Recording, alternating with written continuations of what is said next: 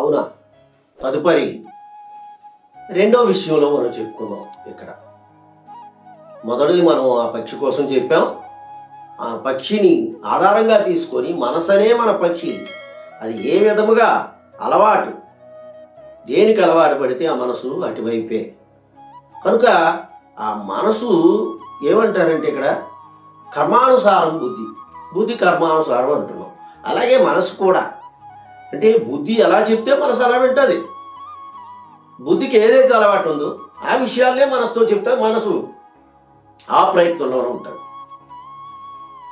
కనుక అట్టి మనసు రహితమైన లయమైన, లేదు మనం చెప్పేటట్టు తయారు చేసుకున్న అప్పుడు మన ఆధ్యాత్మిక జీవనంలో పురోగతి ముందుకు నడడానికి అవకాశం ఉంటుంది. అయితే ఇక్కడ మరొక విషయాన్ని మేము ముందు ఉంచుతున్నాను. పూర్వం జోగా పరమానంద్ అని ఒక మహాత్ముడు ఉండేవాడు.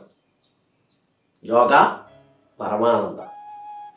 అతను తన ఆస్తులన్నీ ఆ గ్రామానికి, ఆ ఊరి వారికి ఇచ్చేసి భిక్షాటం చేస్తూ ఆధ్యాత్మిక గురువు నేర్పించినటువంటి మంత్రధారంలో మునుగు తేలుతూ జీవితాన్ని, కాలాన్ని గడుపుతూ ఉన్నాడు. అయితే అతను నిత్య దినచర్యల్లో ముఖ్యమైనది ఏమిటంటే గీత యొక్క 701 శ్లోకాన్ని చదువుకుంటూ స్నానపానాలు నదిలో ఒకటి పండరీనాథుని తాలూకా గుడికి సమీపంలో ఉన్న నదిలో స్నానం చేసి తదుపరి పొర్లుకుంటూ, అంటే ఏమిటి, ఇలా దొర్లుకుంటూ 701 శ్లోకం చెప్పుకుంటూ తిన్నగా పండరీపురం ఆలయం చేరుకుండేవాడు అతను. ఇది ఆ గ్రామంలో ఉన్నటువంటి వారందరూ కూడా చూసి ఆశ్చర్యపోయేవారు అతని దినచర్యని. అక్కడికి వెళ్ళిన తర్వాత తదుపరి పండరీనాథ్ గుడి సమీపానికి వెళ్ళిపోయి గుడి వద్దకు వెళ్ళిపోయేసరికి అక్కడ పండరీనాథుడు, నారాయణ జోగా రా, నాకు పెట్టారు భక్తులు ప్రసాదం, ఇదిగో నీకోసం ఉంచారు, ఇది తిను నాయన అంటూ పండరీనాథుడు మన పాండురంగుడు జోగా పరమానందకి తాను తినగా మిగిలిన దాన్ని జోగా పరమానందకు పెట్టేవాడు. మరి ఎన్ని జన్మలు పుణ్యం చేసుకుని ఉండాలి. దేవదేవుడైన భగవంతుడే జోగా పరమానందని కళ్ళారా చూసి మాట్లాడుకుంటూ దగ్గర పిలిచి ఏంటి ఆ ప్రసాదాన్ని పెట్టేవాడు. అది తిని జోగా పరమానంద ఇతరత్ర కార్యక్రమాలకు వెళ్ళిపోయేవాడు. అయితే ఇతరత్ర కార్యక్రమాలు ఏమీ లేవు, భక్తులతో తిరుగాడుతూ భక్తులతో భగవంతుల కోసం మాట్లాడుకుంటూ ఉండేవాడు. అలాగే తన జీవితం సాగిపోతూ ఉంది. చూసారా, ఇక్కడ మాట అన్నారు పెద్దలు, ఒక్క ముడున్న దారానికి సూదిలోకి ఆ దారం ఎక్కమన్నా ఎక్కదు అంటారు. భగవానుడు నారాయణ ఉపనిషత్తులో మాట అంటాడు, నన్ను చేరుకోవాలనుకున్నటువంటి భక్తుడు పరమ దరిద్రుడు కావాలి. అంటే ఏమిటి, ప్రాపంచ విషయాల నుంచి పూర్తిగా సంపూర్ణంగా విడిపోయి నన్నే సరమలక్ష్యముగా ఎంచుకొని నా కోసమే తప్పించాలి. అది అట్లాగా నిలబడగలిగేవాడిని నేను తీసుకుంటాను అంటాడు నారాయణ ఉపనిషత్తులో. కనుక ఆ రకంగా జోగా పరమానంద నిరంతరం నిత్య దినచర్యల్లో తప్పనిసరిది జరుగుతూ ఉండేది. అలా జరుగుతూ ఉండగా పాండురంగుడి దగ్గరికి వెళ్ళి పాండురంగుడితో మాట్లాడుకుంటూ అతనితో ముచ్చటిస్తూ ఆనందంలో తేరి ఆడేవాడు. ఆ భగవంతుడితో నేను మమేకం అవుతున్నాను, నా జన్మ ధరించింది నాన్నకి అని ఎంతో ఆనందంతో పొంగిపోయేవాడు. ప్రాపంచిక సంపదల మీద ఇట్టి ఆశ ఉండేది కాదు, వదులుకున్నాడు పూర్తిగా. ఇలా ఉంటుండగా ఆ గ్రామంలో ఒక రైతు ఇతను చూసి, ఇతని భక్తి శ్రద్ధలు చూసి, ఇతని నడవని చూసి, ఇతను అనుష్ఠానం ప్రత్యేకంగా గాంచినవాడు. అతను పేదవాడే, ఆ గాంచినవాడు కూడా భక్తుడు కూడా పేదవాడే. అతను ఒక దినం సంతలో ఒక మనం ఏమంటాము టవల్ అంటాం కదా, అదే పంచి, ఒక ఇది కట్టుకోవడానికి ఒక టవల్ లాంటిది తెల్ల వస్త్రాన్ని అతను కొన్నాడు. డబ్బులు దాచుకొని స్వామివారికి ఎప్పుడైనా ఈ వస్త్రాన్ని ఇవ్వాలని కలగొంటూ ఆ డబ్బులు దాచుకొని కొని ఒకరోజు ఏకాదశి, రేపు ఏకాదశి అనగా ఈవేళ ముందు రోజు అతను ఆ స్వామివారిని జోగా పరమానందని కలిసి నమస్కరించి పాదాభివందనము గావించి, అయ్యా నాదొక చిన్న కోరిక, చెప్పు నాయన, ఏమిటి విశేషం? అయ్యా, ఎన్నాళ్ళ నుంచో డబ్బులు పోగేసుకొని నేను మీకు ఒక వస్త్రాన్ని బహుకరించాలన్న సంకల్పంతో ఆ డబ్బులు పోగేసుకున్న దగ్గర దాచుకొని ఆ డబ్బులు పట్టుకొని వెళ్ళి సంతకెళ్ళి ఈ టవలు, అదే కట్టుకునే పంచగుడ్డ లాంటిది ఇది కొనుక్కున్నా, మీకు ఇద్దామని ఆశతో చాన్నాళ్ళ నుంచి సంకల్పించాను. అయ్యా ఇది తీసుకోండి అయ్యా, దయచేసి ఇది నా కానుగ్గా పేదవాడికి ఏదో వ్రతా సాయం, రామాయణంలో వ్రత సాయం చేసినట్టు మీకు ఏదో ఇచ్చుకుందాం అనుకున్నాను. నాయన, నేనే సమస్త సంపదలు ఈ ఊరు వాళ్ళకి ఇచ్చాను, నాకెందుకు నాయన? ఈ బాహ్యమైనటువంటి కోరికలు నాకు లేవు కనుక నేను అన్నీ తునీకరించి పండరీనాథుడే నాకు అన్ని సంపదలు అనుకొని జీవిస్తున్నాను, నాకెందుకు నాయన ఈ గుడ్డ, ఈ వస్త్రం అని. లేదు స్వామి, అలా అనకండి స్వామి, నాకు బాధ అనిపిస్తుంది. అప్పటి నుంచో మరి ఎక్కువగా మీకు ఇచ్చుకోలేకపోయాను, ఏదో చిన్నది, దీనిని కాదనకండి స్వామి, నా ప్రార్థన మన్నించండి స్వామి అన్నాడు అవతల భక్తుడు. ఈ భక్తుని యొక్క ఆవేదన, భక్తి, అతనుకున్న మనస్తత్వాన్ని గ్రహించినటువంటి జోగా పరమానంద, సరులే నాయన, నువ్వెందుకు బాధపడతావు, నాకు ఇవ్వు అన్నాడు. అలా స్వీకరించాడు ఆ వస్త్రాన్ని, ఆ తెలుపు వస్త్రాన్ని తీసుకున్నాడు. రేపు ఏకాదశి కదా, అందులో సామాన్యమైన ఏకాదశి కాదు, ముక్కోడి ఏకాదశి. ఆ ముక్కోడి ఏకాదశి రోజు నాడు ఈ నిన్నంతా బాగా వర్షం, అంటే బాగా అతివృష్టి కురిసింది, వర్షం ఏరులై పాడింది. అయితే ముక్కోటి ఏకాదశి రోజునాడు మరి భగవంతుడి కృపేమో వర్షం తగ్గింది. వర్షం తగ్గింది కానీ ఆ ఎత్తు మీద నుంచి పాడుతున్న, నదిలో పాడుతున్నటువంటి వరద అలా వస్తూనే ఉంది. ఆ ఎత్తులోంచి ఇంకా పారుతూనే ఉంది, ఆ కొండల మధ్య నుంచి వచ్చేస్తూ అలా పారుతుంది ఆ నదిలోకి. స్వామివారు జోగా పరమానంద చూశారు. అయ్యో, నదిలోకి వెళ్దామంటే నదిలో సుళ్ళు తిరుగుతున్నాయి, నదిలో స్నానం చేయలేము. అయితే ఈ పారి వస్తున్నటువంటి ఎత్తు మీద నుంచి వస్తున్నటువంటి వరదలోనే మనం స్నానం చేసేసి, అవునా, స్వామివారి దగ్గరికి వెళ్దామన్నా సంకల్పించారు. అలా వస్తున్న దారిలో ఆ ఎత్తుపై నుంచి వస్తున్నటువంటి వరదలో స్నానం ఆడేసాడు. ఆడేసి ఈవేళ ముక్కోటి ఏకాదశి, ఈ వస్త్రం కట్టుకుందాం అనుకుని ఆ తెలుపు వస్త్రాన్ని తీసాడు. అది చుట్టూ కట్టుకొని, అదే మొలకు కట్టుకొని తిన్నగా మరి పొర్లుకుంటూ వెళ్ళాలి కదా, పొర్లుకుంటూ వెళ్ళాలి కనుక తిన్నగా ముడుకులెట్టాడు. ముందు ముడుకులెట్టగానే తప్పని ఆ నీళ్ళన్నీ తుల్లాయి. ఈ వైట్ వస్త్రం మీద, ఈ తెలుపు వస్త్రం మీద పడ్డాయి. అయ్యో, తెలుపు వస్త్రం మీద పడిపోతుంది అని, కాదు ఇవాళ నడుచుకుంటూ వెళ్దాం అంటూ ఆ వస్త్రం మలినమైపోతుంది కదా అన్న ఆలోచనతో నడుచుకుంటూ జోగా పరమానంద పండరీపుర ఆలయానికి చేరుకున్నాడు. చేరుకుంటే ఆలయానికి వెళ్ళినంత దూరంలో ఉంటుండగానే పండరీనాథుడు, రా జోగా, రానాయనా వెంగరా అనేవాడు. జగన్మాత ఆయమ్మ కూడా పిలిచేది. అలాగా ఇద్దరు నన్ను ఆహ్వానించేవారు.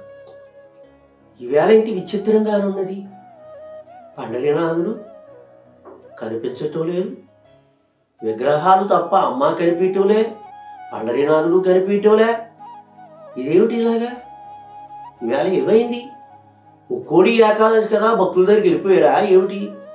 మరి ఇదివరకు ముక్కోడి ఏకాదశి కూడా నేను స్వామివారితో మాట్లాడుతూ ఉండేవాడు. ఏ పండగ రోజునైనా నన్ను పిలిచేవాడు, నాకు ఆహారం పెట్టేవాడు. పొద్దున్న లేస్తే ఏదో కొంత అతనికి చెప్పిన నైవేద్యంలో, పెట్టిన నైవేద్యంలో నాకు ఎంతో కొంత పెట్టేవాడు.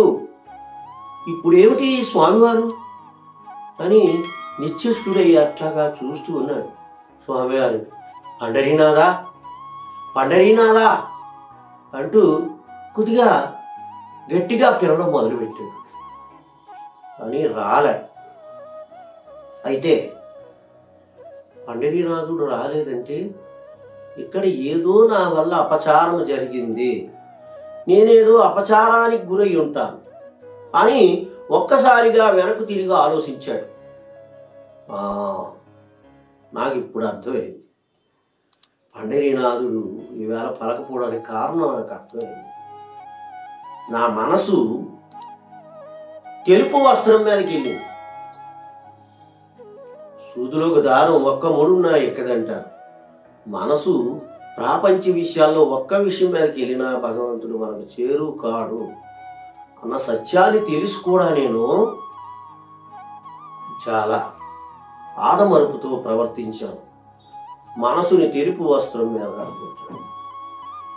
ఇది భక్తునికి ఉన్నటువంటి ఇదొక అలవాటైపోతే ఒక మానవ జన్మ వ్యర్థం కనుక ఇది కరెక్ట్ కాదు అని తిన్నగా అక్కడి నుంచి పొలాల వైపు వస్తున్నాడు. పొలగట్టుల వైపు వస్తున్నాడు, పొలములు ఉండే గట్టుల వైపు. అట్లా వస్తున్నటువంటి సమయంలో ఒక అతను 2 ఎడ్లు పట్టుకొని పొలం దున్నుకోవడానికి వెళ్తున్నాడు. అతను మన జోగా పరమానందం చూసి ప్రణామములు చేశాడు. అయ్యా స్వామి నమస్కారం. నమస్కారం నాయన నాకు ఒక చిన్న సహాయం చేసి పెడతావా అన్నాడు మన జోగా పరమానందం. ఎంత మాట స్వామి, చెప్పండి, తమరు చెప్పడం ఆజ్ఞాపిస్తే ఎంత పని నా ప్రాణమైనా ఇస్తాను స్వామి అన్నాడు ఆ రైతు. ఏమీ లేదు నాయన, నాకు ఒక అరగంట సేపు గంట సేపు ఒక ఎడ్డిని ఇస్తావా, ఎద్దులు నువ్వు తీసుకెళ్తున్న ఎద్దుల్లో ఒక ఎద్దుని అన్నాడు. ఎందుకు స్వామి, మీకు ఏమైనా పొలం దున్నాలా? అదేదో నేను దున్నేస్తాను, చెప్పండి ఎక్కడుందో మీ పొలం అన్నాడు. నాకే పొలాలు లేవు నాయన, నాకు అవసరం, నేను ఇవ్వగలిగితే, వివరణ అంతా అడిగితే నేను చెప్పను, నాకు ఒక ఎద్దుని ఇవ్వండి, మళ్ళీ మీకు ఇచ్చేస్తాను అన్నాడు. నా వెనుకనే ఉండండి కావలిస్తే మీరు. అలా అన్న తర్వాత అతను ఎద్దును పూర్తి తీసుకోండి స్వామి, నాకేమక్కర్లేదు, ఇంకొక ఎద్దు కొనుక్కుంటాను. లేదు నాయన, నీవే తీసుకోగలవు అంటూ ఆ ఎద్దు కన్నిని, ఎద్దుకున్న తాడుని తీసుకొని తన కాళ్ళు కట్టుకున్నాడు. 2 ఎద్దులు, క్షమించాలి, 2 ఎద్దులు, ఇటొక ఎద్దుని ఇటొక ఎద్దుని కాళ్ళు కట్టుకున్నాడు. ఆ ఎద్దును గెచ్చవడానికి ఆ కర్ర చేత్తో ఉన్నటువంటి తాడుని దాన్ని ఆ ఎద్దుల మీద కొట్టాడు. అంతే, ఆ ఎద్దులు ఇక పరుగులు తీసాయి. అలా పరుగులు తీసి రాగానే కాళ్ళు లాగేసాయి. కాళ్ళు ఎప్పుడైతే లాగేసుకుని రావో జోగా పరమానంద కిందన పడిపోయాడు. ఆ ఎద్దులు లాక్కెళ్ళిపోతున్నాయి. అట్లా గుట్టలనక, గొయ్యలనక, మెట్లనక, రాళ్ళనక, రప్పలనక లాక్కెళ్ళిపోతున్నాయి. అంతే, ఆ లాక్కెళ్ళిపోతే మన జోగా పరమానంద శరీరం రక్తసిక్తమైపోయింది. అయినా చనిపోయినా పర్వాలేదు, పాండురంగడికి దూరమై ఈ దేహం ఉండేదానికంటే పోవడమే బెటర్, ఈ జన్మ ఉండేదానికంటే పోవడమే బెటర్. ఆ పాండురంగడి కృపకు నోచుకోలేని నా జన్మ ఎందుకు అని ఒక నిర్ణయానికి వచ్చాడు మన జోగా పరమానంద. అయ్యా, నిజంగా దాన్ని ఎవరు తిలకించినా హృదయ విధారకమైనటువంటి అతని భక్తికి ఆశ్చర్యపోక తప్పదు. అట్లా మన జోగా పరమానంద ఆ విధముగా వెళ్ళేసరికి ఆ ఎడ్లు లాక్కెళ్ళిపోతుంటే పండరీనాథుడు వెంటనే అక్కడికి వచ్చాడు. వచ్చి ఆ ఎడ్డులు ఆపాడు. ఆపి ఆ కాళ్ళకు ఉన్నటువంటి తాళ్ళు ఇప్పి సరికి అప్పటికే జోగా పరమానంద ప్రాణాలు అల్లకల్లోలం అయిపోయేది రకంగా అయిపోయాడు పాపం. వెంటనే జోగా పరమానందతో అంటున్నాడు పాండురంగుడు, ఏమిది అయినా జోగా, ఏమిటి ఇలాగ అనర్థానికి దారి తీసావు, ఎందుకు ఈ రకమైనటువంటి శిక్ష చేసుకున్నావు, ఏమిటి నీకు వచ్చినటువంటి విధానం?